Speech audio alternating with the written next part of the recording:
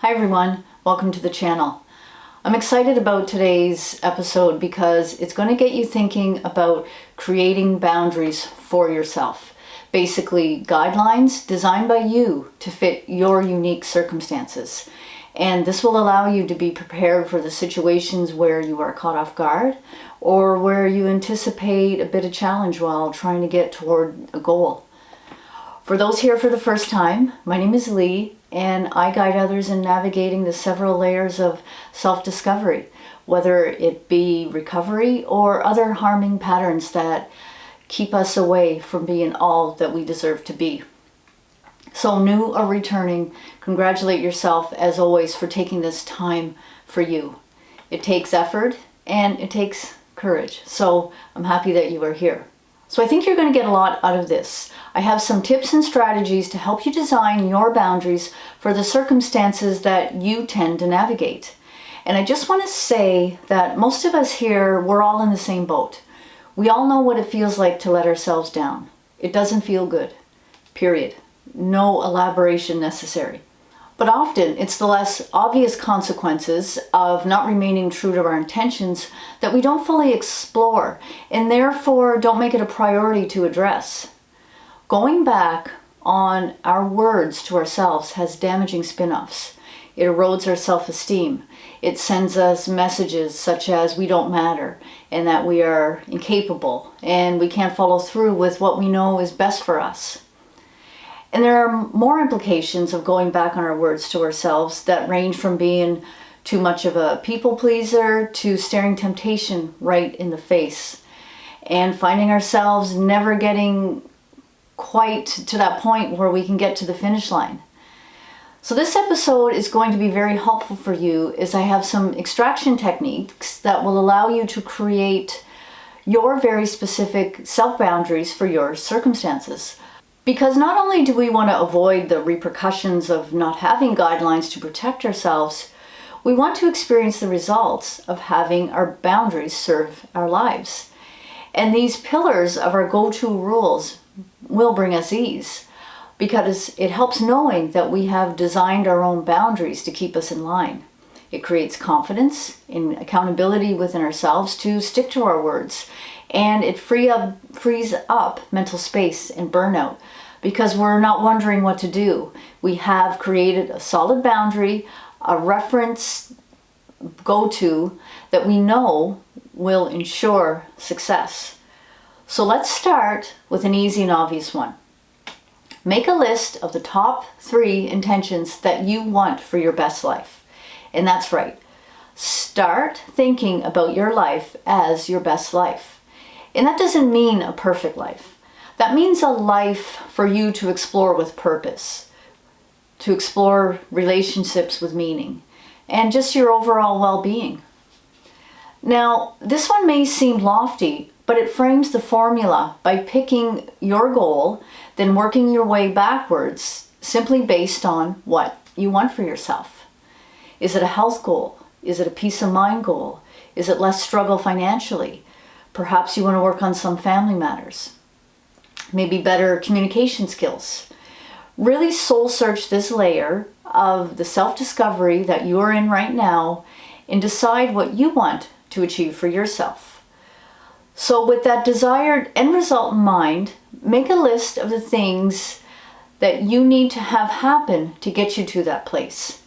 And make it a big list because you're going to narrow down that list. And keep knocking down the items from that list until you get one behavior or one mindset or one habit or a blend of those that you need to keep you in check in order to get you closer to that goal. So a personal story of mine is when I entered recovery and started to be guided on these things and started to apply these things to my life, I put relapse prevention as my goal. And like you are about to do with your own goals, I kept working my way backwards to the number 1 rule. And that rule turned out to be that I would play the tape forward. So that meant when I was needing my crutch or when I wanted to give up and give in to self-destruction, I first had to play my life forward to the next day. And for me, that was my motivation. And I would not cross that boundary of not playing the tape forward during a time of challenge. So do this for yourself. Soul search. Make your list and narrow it down to one boundary that you must have in place to reach a goal. And in that, you will have designed a self-boundary, fully loaded with your intentions for yourself. The next extraction technique is one for those of us that feel torn when it comes to making big decisions. And this is common for many of us in transition. So that's why it's something that you may identify with and therefore find particularly relevant to your life. Create a boundary that will help you make a decision. Now that could mean no sugar or caffeine close to bedtime so you can improve your sleep. It could mean restricting yourself from certain people that are confusing your ability to make a choice for yourself. It could mean many, many, many, many things for you. Once again, it is key to be thinking about what you want to achieve and what you will need to do to get you there. So it's very important to explore and to get down to the nuts and bolts of what will prevent you from making a decision. And once again, build your list of factors that may interfere with your decision-making process and narrow that down and keep cutting it down until you have one or two boundaries that you must adhere to that will allow you to take a rest from the mental burnout of always trying to make a decision. Another extraction method is start by making a list of your triggers and temptations. By making a list of these things that would lead you to potential harm or back to old patterns or just into things that you want to avoid in general, you once again can design a boundary that will make sure you stay on track with some of these intentions. Once again, make a list of the possibilities that could lead you into situations that you do not want and start to narrow that down. And think it and work it backwards until you have fine-tuned one or two good boundaries that you will not want to cross. So, for example, if you do not want to have alcohol at your place, then you have conjured up another boundary that will serve your life for the better. Once again, plug in your relevant circumstances in this process, but set your goal, make your list, and narrow it down.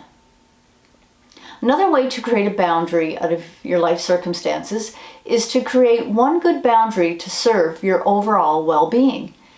And you may need to address stress management or exercise or self-care or meditation or proper nutrition, relationship matters. Any type of self-care that you are ready to explore and practice, pick one.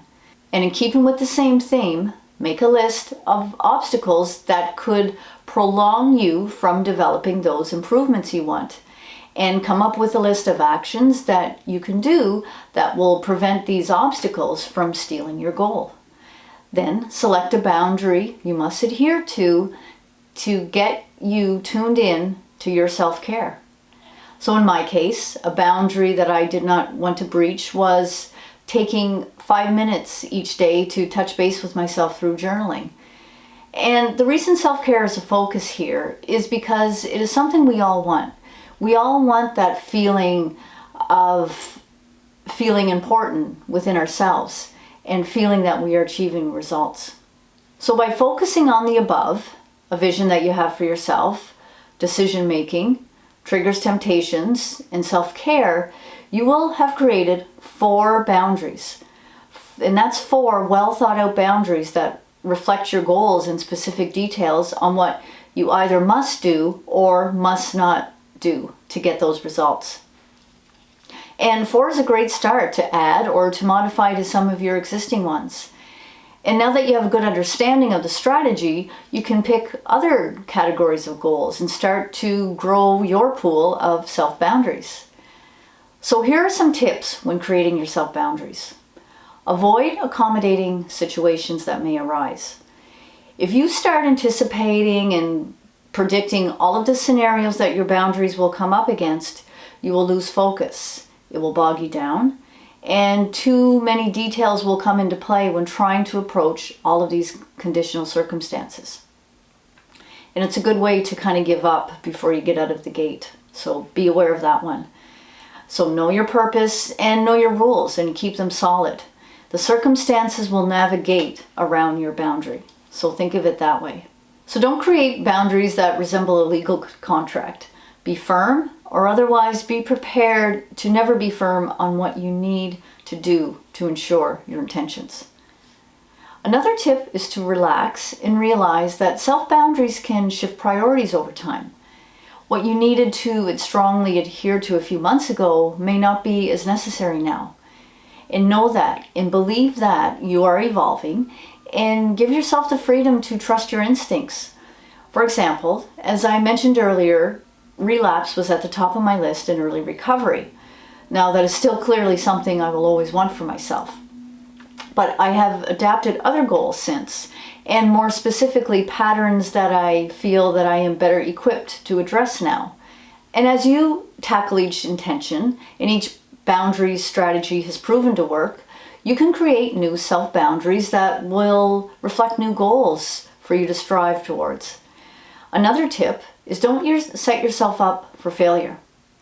Make your intentions for yourself realistic and your boundaries within your abilities to enforce.